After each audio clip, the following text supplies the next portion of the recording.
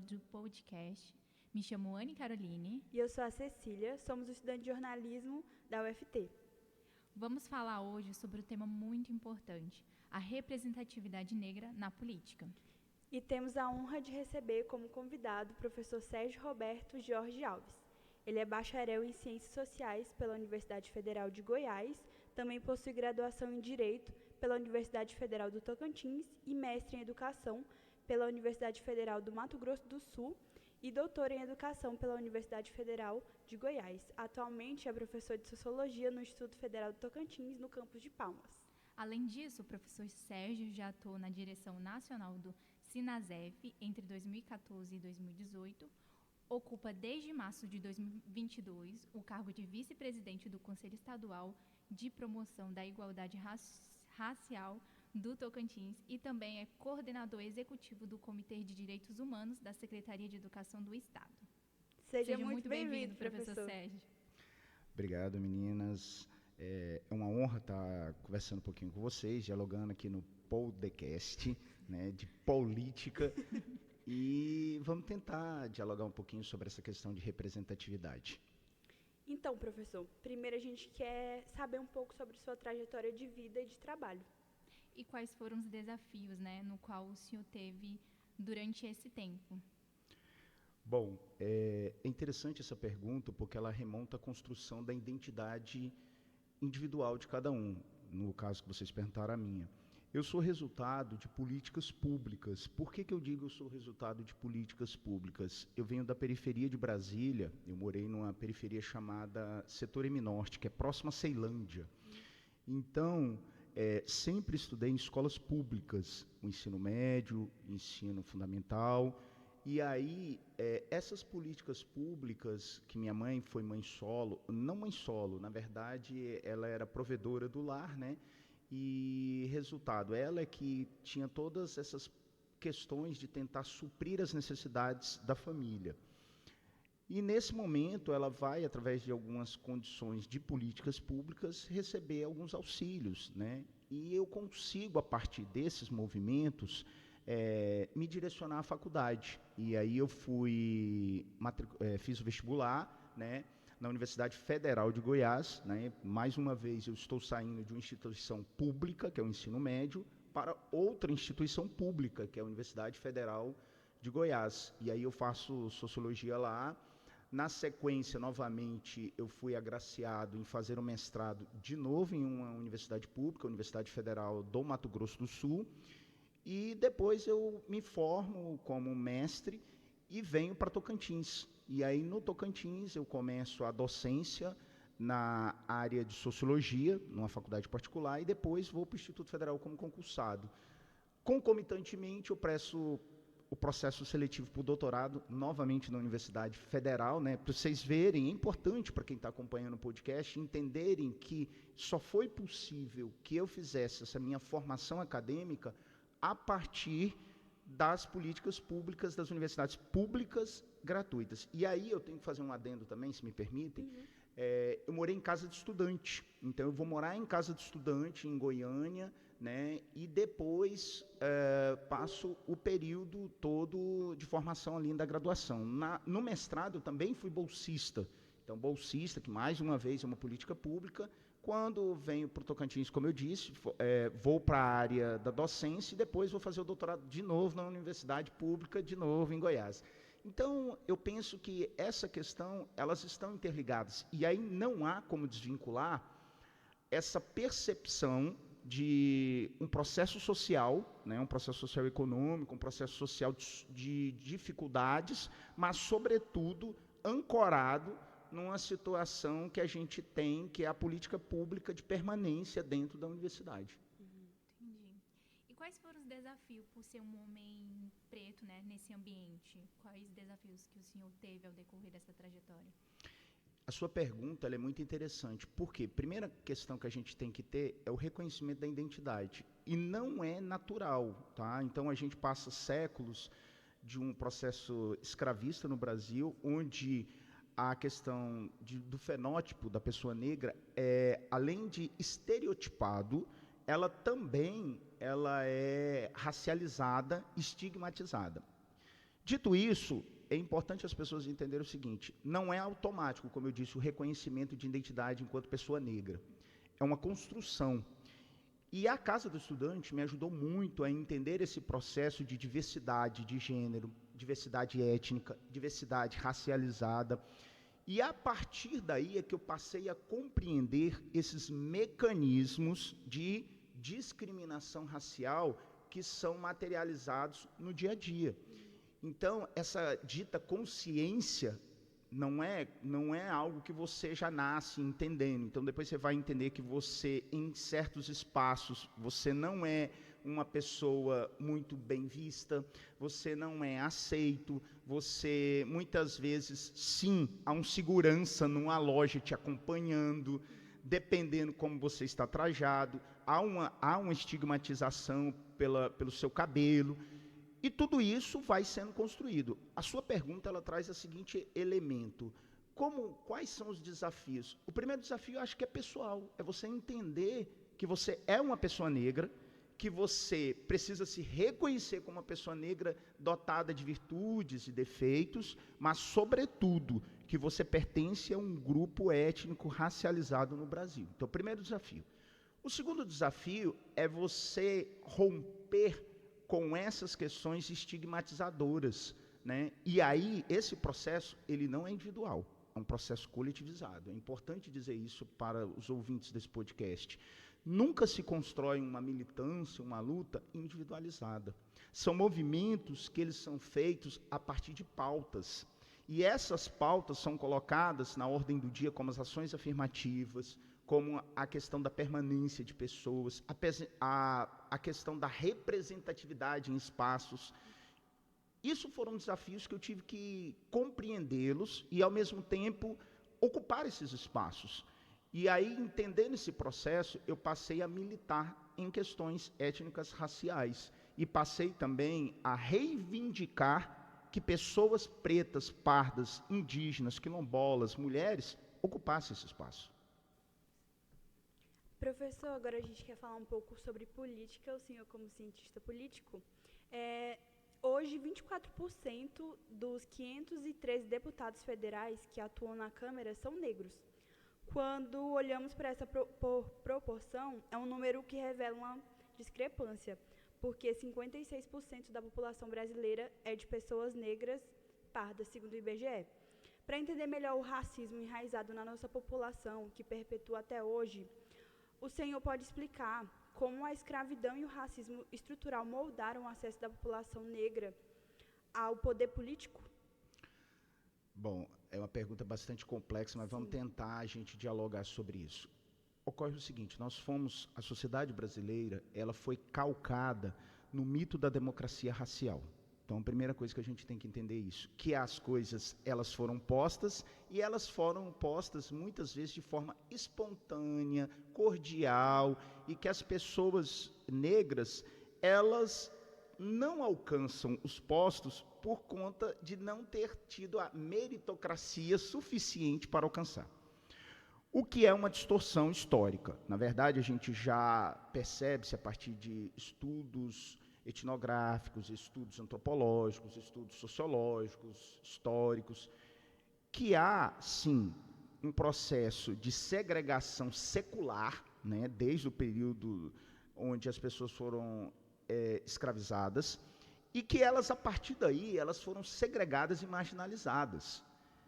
Logo, o que a gente tinha no primeiro momento, a partir do processo de abolição? Nós tivemos um processo em que aboliu a escravidão não por questões benevolentes, é importante a gente dizer isso, tá? Então não houve uma benevolência. 13 de maio, esses dias, fez menção a essa questão. Mas no dia 14, a população continuava num processo segregado, ela não tinha se inserido no mercado de trabalho. E por que dizer isso? Porque a partir disso daí, as condições sociais, materiais e econômicas dessas pessoas continuava deixando eles à margem do processo de inclusão. Nesse processo todo, o que vai acontecer? As elites, né, e elites brancas, a gente tem que trazer esse elemento, né, que se consubstanciou no Brasil durante muitos séculos, fez com que essas mesmas elites traduzissem num discurso hegemônico, como eu comecei falando sobre o mito da democracia, que todo mundo era miscigenado, todo mundo tinha um avô que era negro, todo mundo tinha um parente que era negro, e que, na verdade, havia uma cordialidade, essa coisa era só precisar a pessoa fazer as coisas a partir do seu método, o que não é. Então, as pessoas partem de um lugar diferente. Dito isso, nós vamos pegar a composição da Câmara, que você trouxe muito bem, Cecília. Temos hoje 513 deputados federais e 81 senadores. O que acontece? Geralmente, são famílias tradicionais que acabam ocupando esses espaços, né? Então, é o filho, o irmão, o pai, e sempre de nomes tradicionais. E não há possibilidade, nesses espaços, das pessoas que vêm de uma base popular alcançar. Por quê? Porque uma campanha, ela não é feita somente de discursos, ela tem uma infraestrutura toda por trás. E no caso, que a gente observa muito, primeiro, se você for olhar o perfil, não somente étnico, mas também econômico e profissional, a maioria é empresário, agricultor, advogado, então, poucos são da massa da população. E aí, só fazendo um fechamento desse processo que você me perguntou todo, é importante a gente entender o seguinte: se as pessoas partem de um lugar diferente e não há paridade de armas para lutar de forma igual, a gente precisa equalizar essa equação. E é nesse momento que a gente tem que pensar o sistema de cotas para a ocupação dos cargos, que foi justamente o que os tribunais superiores eleitorais trouxeram, a questão de gênero e a questão de obrigatoriedade de representatividade de pessoas pretas e pardas dentro desse processo. Agora, é importante também trazer um elemento que a gente tem que trazer para essa discussão, que é o fato de que é autodeclaratório. Então, há uma autodeclaração de pessoas pretas e pardas. Então, a pessoa se declara preta e parda. Só que não necessariamente traduz com as bandeiras, muitas vezes, de pautas racializadas. Às vezes, ao contrário, são até contra as ações afirmativas e etc. Então, tentando fechar essa sua pergunta, é por isso que a gente tem uma configuração majoritariamente de pessoas brancas que ocupam, resultado de processos de séculos de população segregada dos processos de entrada nesses espaços. Obrigada. Então, a gente pode, né, falar que teve sim um apagamento histórico da presença negra na política, né, professor? É muito importante essa sua pergunta também, porque ela traz outros elementos. O que acontece?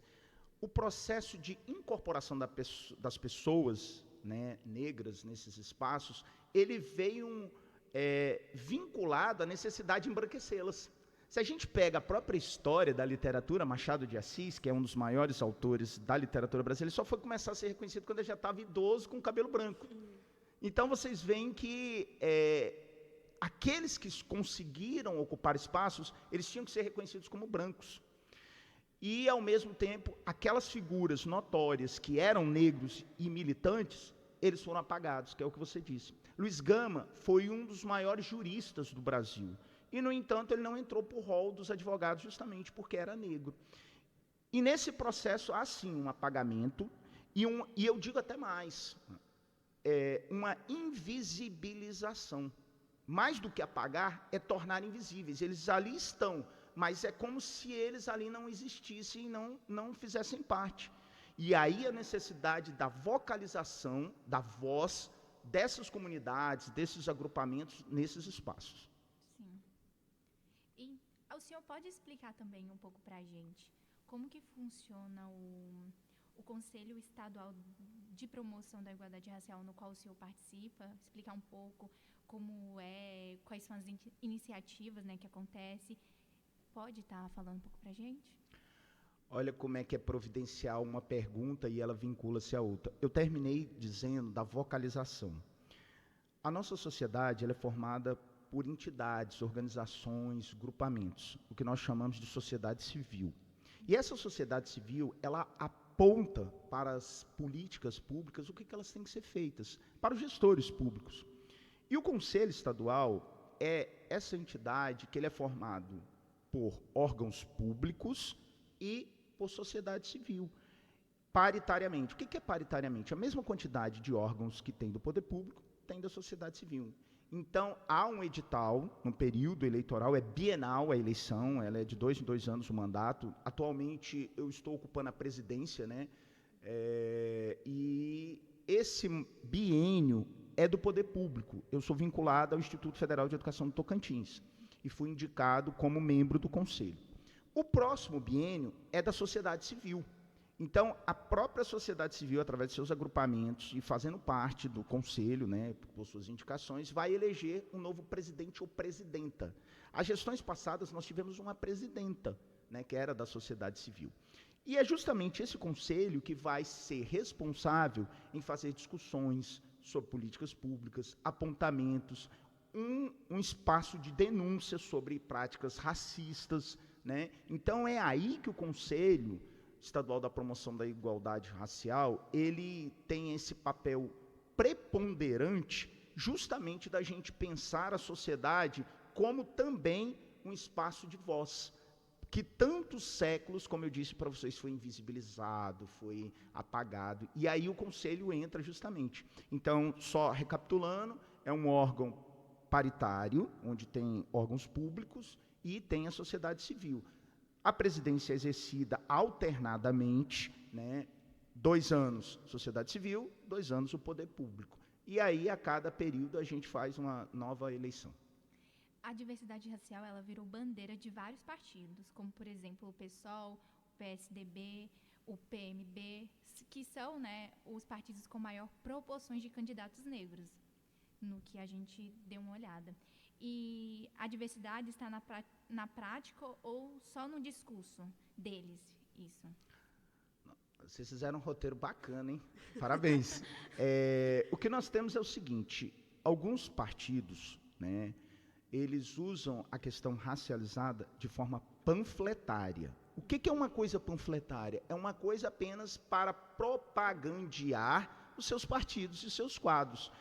Na essência, alguns partidos não fazem militância. Como eu disse para vocês, às vezes até elege uma pessoa negra, uma mulher negra, ou um homem negro, e às vezes essa mesma pessoa vota contra as ações afirmativas. Então perceba que bandeiras de lutas de movimentos sociais, muitas vezes, elas não são colocadas como pauta, né?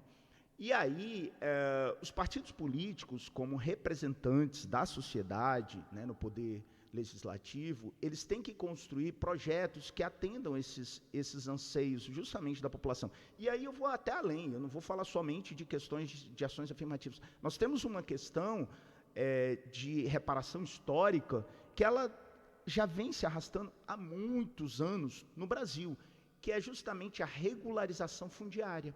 Nós temos muitos territórios quilombolas que não ocorreu ainda a titulação de terra para os descendentes de povos quilombolas. Percebam que é uma questão de política pública ligada à reforma territorial, reforma agrária, mas que muitas vezes não é colocado por conta de interesses de grupos majoritários que não querem que aquelas áreas sejam dadas titulação. Então, de forma muito objetiva, é importante sim haver nos partidos políticos essa discussão, mas ela não pode se restringir exclusivamente à questão panfletária. Ela tem que avançar de fato, né, em políticas e projetos e, sobretudo, dando condições, porque muitas vezes, na época da eleição, preenche a nominata. Nominata, para quem não sabe, é quando lança os candidatos, você tem um quantitativo que cada coligação, partido tem que lançar de candidatos.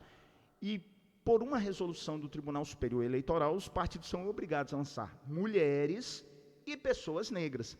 E eles têm que fazer um repasse financeiro. E muitas vezes não é feito esse repasse financeiro. O que acontece? Novamente, é aquilo que eu citei anteriormente. A paridade de armas, ela torna-se desigual.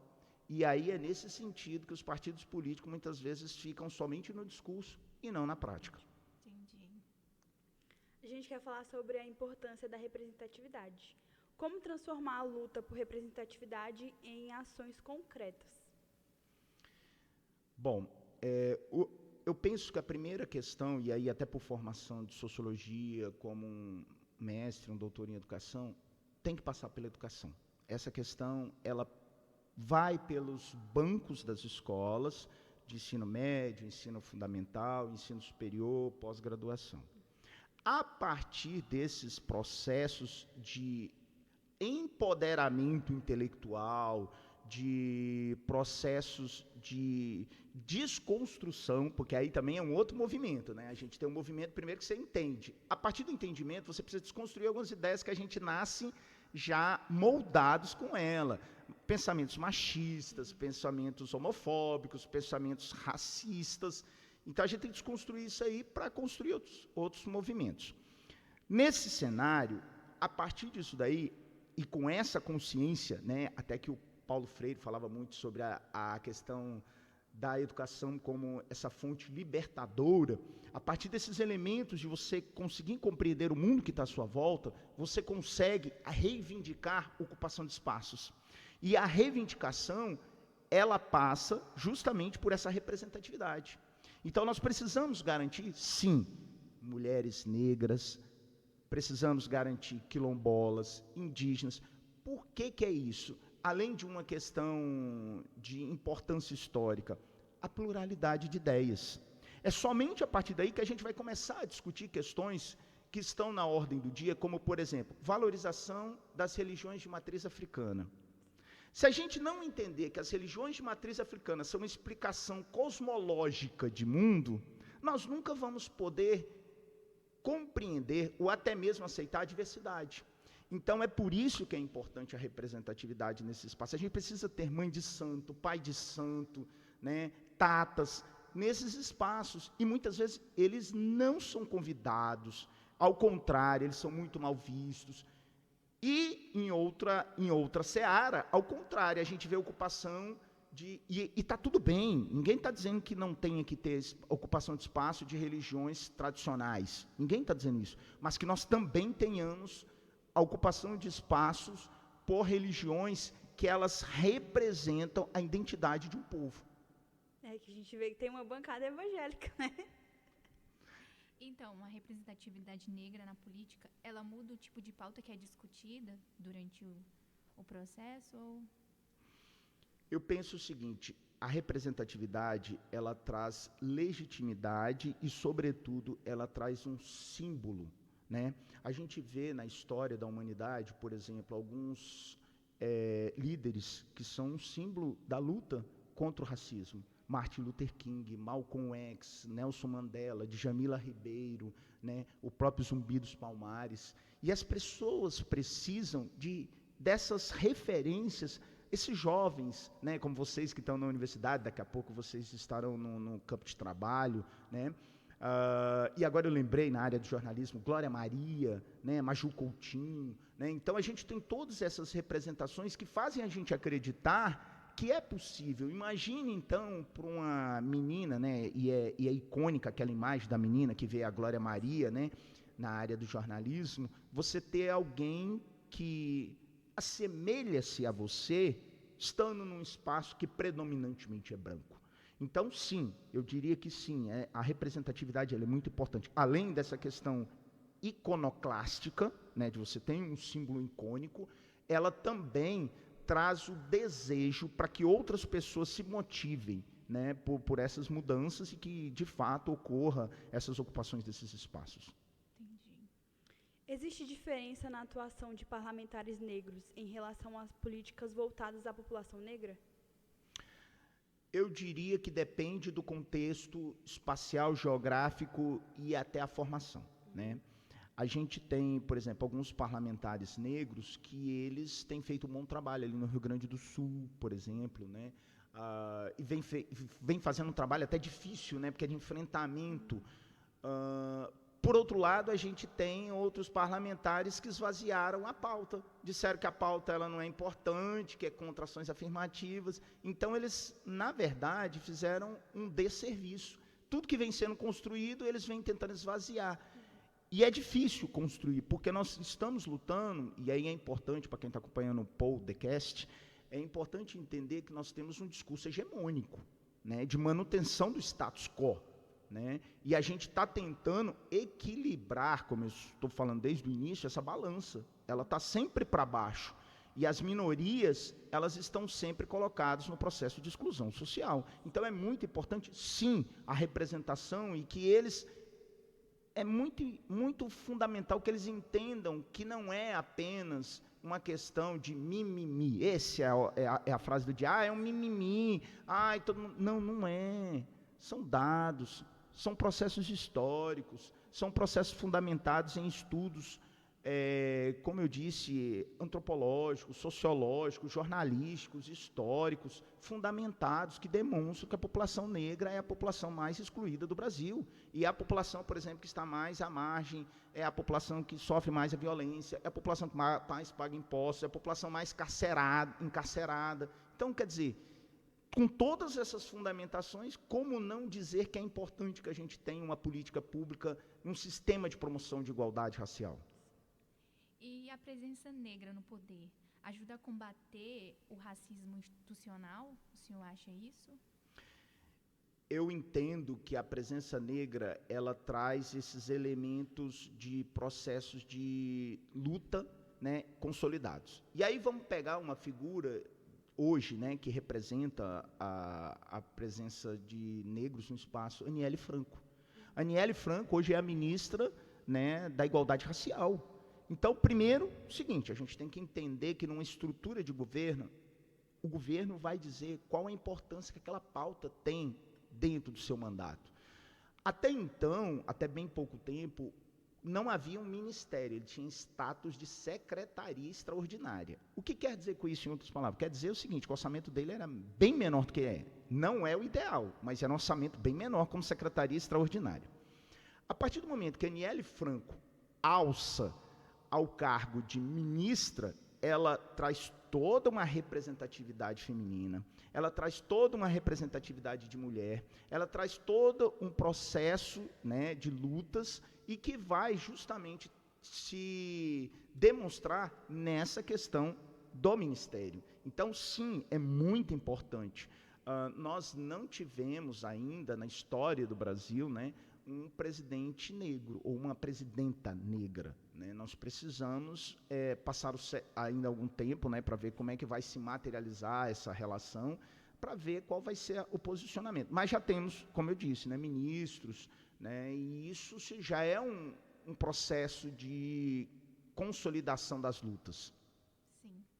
A presença negra na política não é apenas uma questão de justiça, né, mas é de democracia verdadeira. E a gente queria que o senhor falasse um pouco, que o senhor já tinha falado, sobre as cotas, como elas funcionam de candidatos. Tá.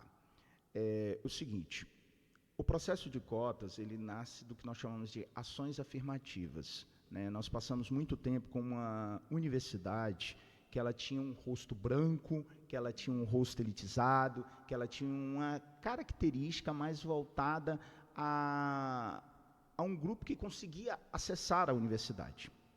A partir da popularização das universidades, como através das universidades públicas se interiorizando, a gente tem que falar isso, que elas começaram a chegar a locais onde não tinha, a partir de processos inclusivos, como as ações afirmativas, você começou a cotizar, e aí é importante que as pessoas entendam o seguinte, não é o mundo ideal, mas é o que a gente tem hoje para a gente fazer essa matemática, que eu estou falando, se tornar menos injusta.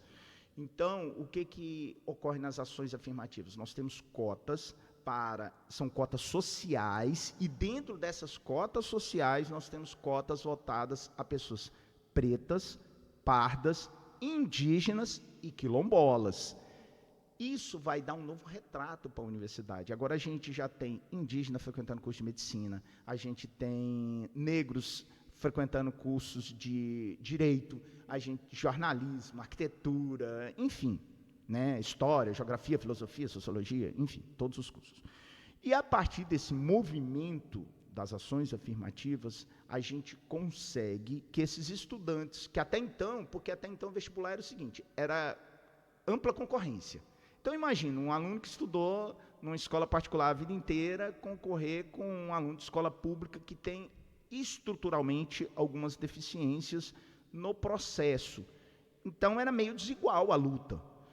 a partir desse movimento, nós temos um processo mais equalizado e o processo demonstrou ser eficiente. Por quê? Porque, ao passo que alguns disseram o seguinte, mas o aluno cotista, ele é muito inferior, e o que demonstrou-se errônea essa análise. Ao contrário, o aluno cotista tem se saído tão bem quanto todos os demais alunos. E o seu percentual de engajamento na universidade, e mais do que o percentual de engajamento, seu percentual de permanência é muito maior do que aqueles demais que se evadiram.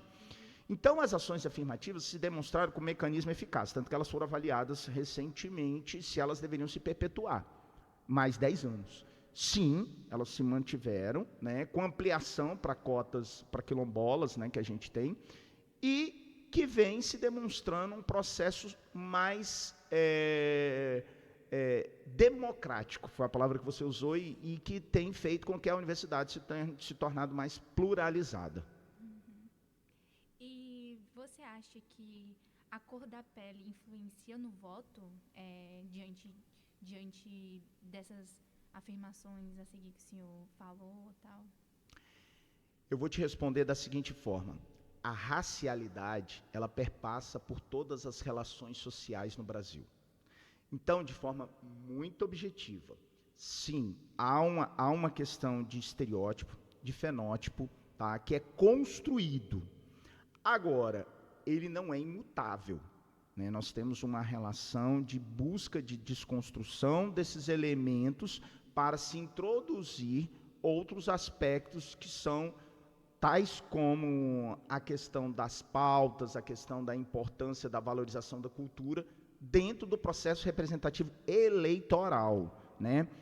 E aí vem ganhando a tônica. Se a gente for falar da nossa regionalidade, né, eu sei que esse podcast ele ocupa um espaço importante dentro da universidade e muita gente ouvindo. É importante que a gente entenda o seguinte: de localidade, nós elegemos agora, recentemente, ano passado, um coletivo dentro de uma Câmara predominantemente tradicionalista. Então, há um coletivo que foi eleito, que representa causas animais, causas LGBTQIA+, causas racializadas, causas de direitos humanos, e que está ocupando. Isso é uma nova configuração. Percebam que é uma nova configuração. Mas não é fácil, reitero. Por quê? Porque, de novo, a estrutura de um processo político de votação, e aí é importante para que vocês entendam, por exemplo, esse ano que vem, 2026, nós vamos ter eleição para governador, senador, deputado federal, deputados estaduais. É uma eleição muito cara, e o quantitativo de vaga é pouco. São 8 vagas para deputado federal. Então, imagina a estrutura econômica que é colocada à disposição dos grupos para eleger um deputado federal. É muitos milhões de reais. E, muitas vezes, a sociedade, ela perpassa por essas relações de empregabilidade, de necessidade. Mas, repito, não quer dizer que não seja imutável. Pode ser que na próxima eleição a gente eleja uma pessoa negra, uma pessoa ligada à militância ou algo parecido, né? Óbvio, a política não é algo estático, é importante a gente também entender isso, ela depende de uma conjuntura. Maquiavel falava sobre isso, ele chamava de virtum e fortuna, né? Então, das circunstâncias que elas estão. Então, sim, objetivamente, há um processo, repito, que eu disse no início, de racialidade que perpassa pelas questões sociais, políticas e econômicas, que é aquilo que vem se dito ao longo dos tempos agora do racismo estrutural. Então, o racismo estrutural está também na questão do voto. Sim. Professor, além das cotas, quais práticas o senhor acha que podem tomar para garantir uma equidade na política? Bom, eu penso que eu já trouxe alguns elementos, como a reparação territorial. Eu penso que a gente tem que retomar essa questão e ganhar uma tônica de ordem do dia. A gente precisa discutir nos espaços legislativos, nos espaços executivos, né, essa questão da reparação territorial. Penso que a gente precisa resgatar, e mais do que resgatar, a gente tem que valorizar a questão da cultura afrodescendente.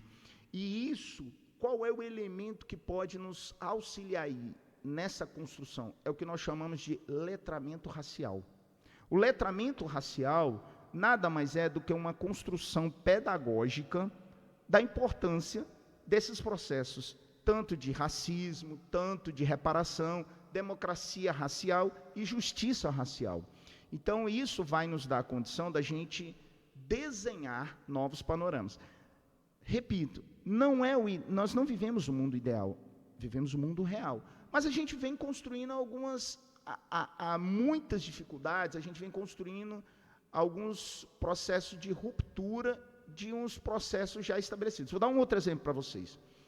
A Polícia Militar, ela é um aparato, né, de controle do Estado. O monopólio legítimo da força cabe ao Estado. Weber dizia isso.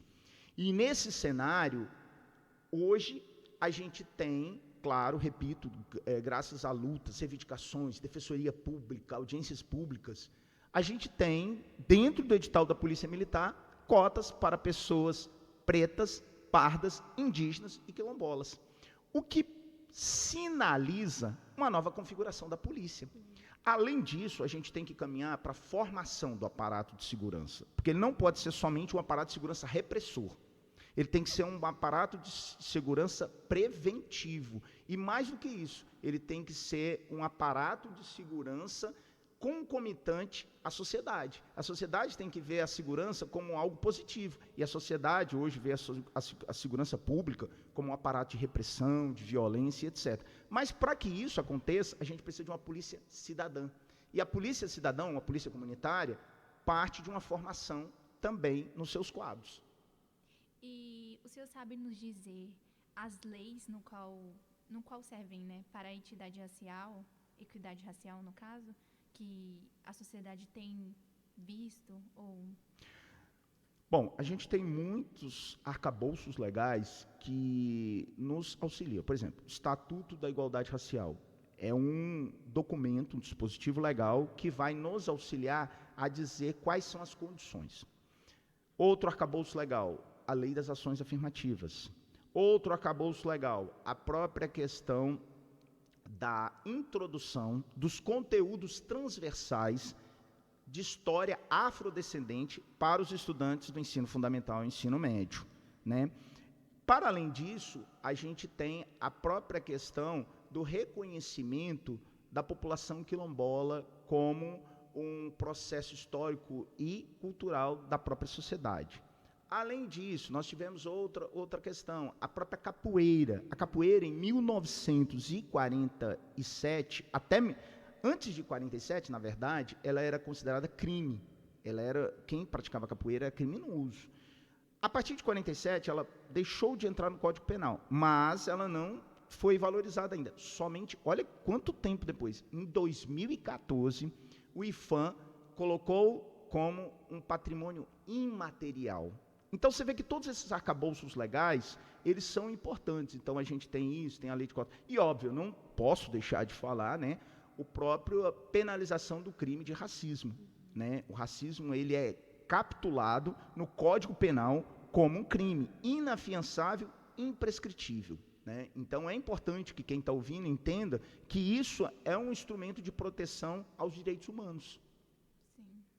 Professor, após essa conversa muito boa, qual é a mensagem que o senhor gostaria de passar para quem está nos assistindo?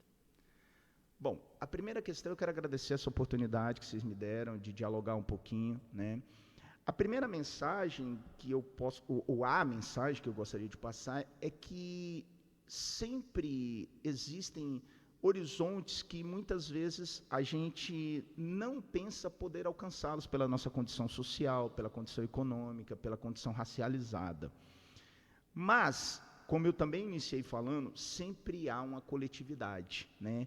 E aí, o que eu quero dizer às vezes com coletividade? Às vezes a sua mãe, que é a mãe da pessoa que está ouvindo, ou as nossas mães, elas são as primeiras a lutar para que a gente possa alcançar esses lugares. Às vezes são mães solos, viúvas, pessoas que trabalham em condições, às vezes, até difíceis.